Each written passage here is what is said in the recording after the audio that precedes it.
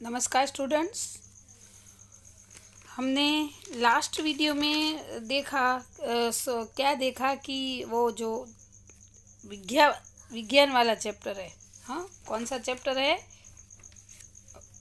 विज्ञान, जो रमेश और प्रोफेसर रामिस। हाँ, उस चैप्टर का नाम है नई शुरुआत। तो उसमें हमने लास्ट वीडियो में MCQs 1 line answer and 2-3 line answer किए। आज हम करेंगे 4-5 लाइन आंसर और ग्रामर इसका।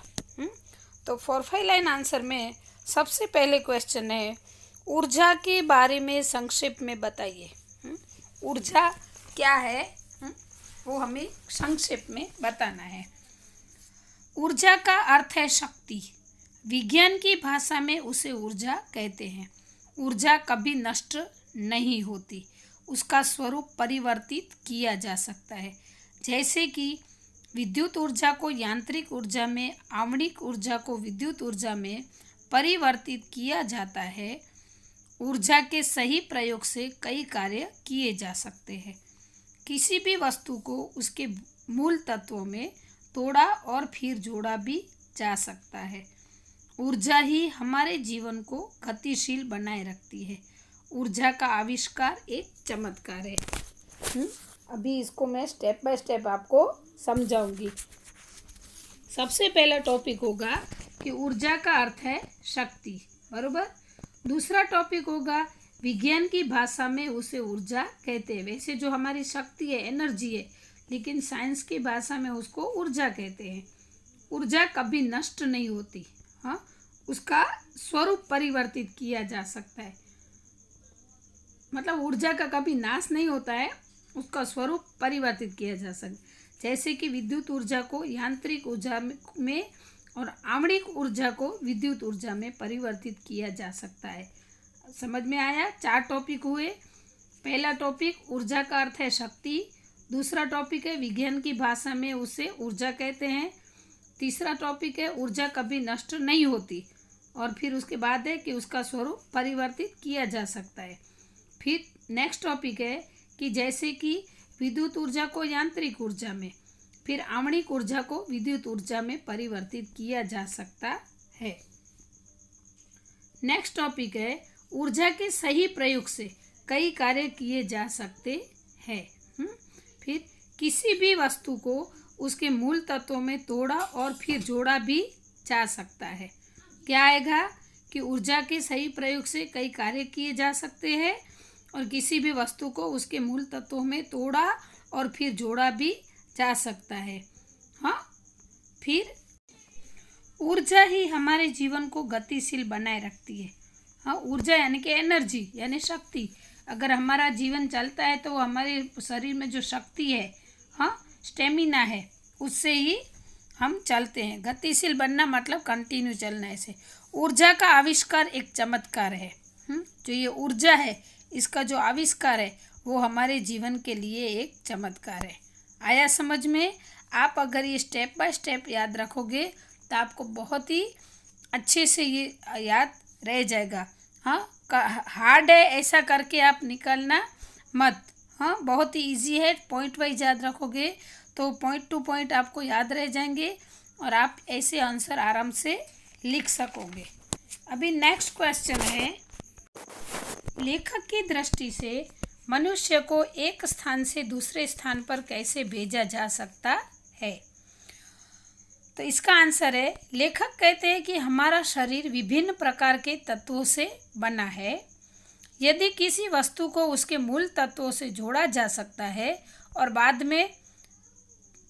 पहले तोड़ा जा सकता है और बाद में जोड़ा भी जा सकता है, उसे तरंगों में विभक्त करके एक जगह से दूसरी जगह भेजा जा सकता है। तो यही प्रक्रिया जीवित प्राणी अर्थात मनुष्य शरीर के साथ भी हो सकती है। ठीक है, अभी हम पॉइंट वाइज याद रखेंगे। पहला पॉइंट होगा कि लेखक कहते हैं कि हमारा शरीर विभिन्न प्रकार के तत्वों से बना है। Is it clear? Second topic है, यदि किसी वस्तु को उसके मूल तत्वों से तोड़ा जा सकता है और तो बाद में उसको जोड़ा भी जा सकता है। फिर उसे तरंगों में विभाजित करके यानी कि डिवाइड करके एक जगह से दूसरी जगह भेजा जा सकता है। तो यही प्रक्रिया जीवित प्राणी अर्थात मनुष्य के शरीर के साथ भी हो सकती है। तो ये इस प्रकार से लेखक की दृष्टि से मनुष्य को एक स्थान से दूसरे स्थान पर इस तरह से भेजा जा सकता है। आया समझ में? प्रोफेसर रामिस के साथ माधवन की मुलाकात कब और कैसे हुई? रामिस के साथ, प्रोफेसर रामिस के साथ जो उनका मददनीश था माधवन, उनकी मुलाकात कब और कैसे हुई? तो प्रोफेसर रामिस के साथ प्रोफेसर माधवन की प्रथम मुलाकात गर्मी के समय में हुई। प्रोफेसर रामिस के जिगरी दोस्त आनंद मेहता ने माधवन को प्रोफेसर रामिस से मिलने को कहा था। आनंद मेहता का सिफारिशी पत्र लेकर जब माधवन प्रोफेसर रामिस के पास पहुंचा, तब वे अपने कंप्यूटर पर अपना काम कर रहे थे। माधवन का परिचय आनंद मेहता के पत्र के द्वारा जानकर प्रोफेसर रामिस ने माधवन को अपना सहायक बना लिया। ये था। अभी हम स्टेप बाय स्टेप करेंगे। प्रोफेसर रामिस के साथ प्रोफेसर माधवन की प्रथम मुलाकात गर्मी के समय में हुई, बरोबर। ये फर्स्ट पॉइंट है। सेकंड पॉइंट आएगा, प्रोफेसर रामिस के जिगरी दोस्त आनंद मेहता ने माधवन को प्रोफेसर रामिस से मिलने को कहा था। पहले तो गर्मी में मुलाकात हुई और उनके बेस्ट फ्रेंड आनंद मेहता ने माधवन को रामिस से मिलने को कहा था। आनंद मेहता का सिफारिशी पत्र, मतलब जो भला हम का सिफारिश करते हैं ना कि इनको रख लेना, ये करना, ये मेरा पहचान वाला है, तो वो पत्र लेकर माधवन प्रोफेसर रामिस के पास पहुंचा। तब वे अपने कंप्यूटर पर अपना काम कर रहे थे। माधवन का परिचय आनंद मेहता के पत्र के द्वारा जानकर प्रोफेसर रामिस ने माधवन को अपना सहायक बना लिया। क्योंकि आनंद मेहता ने उनके पत्र में माधवन के बारे में पूरी जानकारी लिखी थी। कि ये आदमी अच्छा है, ऐसा काम कर सकता है, ये कर सकता है, पूरा ऐसे सिफारिशी पत्र उन्होंने लिख दिया था। तो फिर प्रोफेसर रामिस को लगा कि नहीं, ये आदमी ठीक रहेगा, तो इसलिए उन्होंने फिर माधवन को अपने सहायक में यानी कि हेल्पर के रूप में रख लिया। तो स्टूडेंट, ये यहाँ पे हमने 4 लाइन के 3 आंसर कंप्लीट किए। जो 4th आंसर है उसका आंसर सेकंड नहीं आएगा। जो क्वेश्चन सेकंड का आंसर है वही का वही 4th का आएगा। इसलिए आपसे क्वेश्चन याद रखना, आंसर दोनों का सेम लिखना है। इसलिए मैंने यहाँ पे आंसर लिखा नहीं है। और आपको भी याद रखना है कि 4-5 वाक्य में उत्तर जो सेकंड और 4th क्वेश्चन है उन दोनों का आंसर सेम ही आएगा। इसलिए आपको लिखना नहीं है, बट क्वेश्चन लिख के नीचे लिख लेना आंसर सेकंड, ऐसा करके, तो आपको फिर पढ़ते टाइम प्रॉब्लम ना हो। ठीक है। अब हम करेंगे ग्रामर सेक्शन। ग्रामर सेक्शन में सबसे पहला टॉपिक है विरुद्धार्थी शब्द लिखिए। तो इसमें फर्स्ट है सामान्य, तो इसका विरुद्धार्थी होगा असामान्य। सेकंड है शुरुआत, तो इसका विरुद्धार्थी होगा अंत। थर्ड है असंभव, तो इसका विरुद्धार्थी होगा संभव। फोर्थ है शक्तिशाली, तो इसका विरुद्धार्थी होगा कमजोर। फिफ्थ है आनंद, तो इसका विरुद्धार्थी होगा दुख। और सिक्स्थ है जटिल, तो इसका विरुद्धार्थी होगा सरल। फटाफट एक बार रिपीट कर देती हूँ।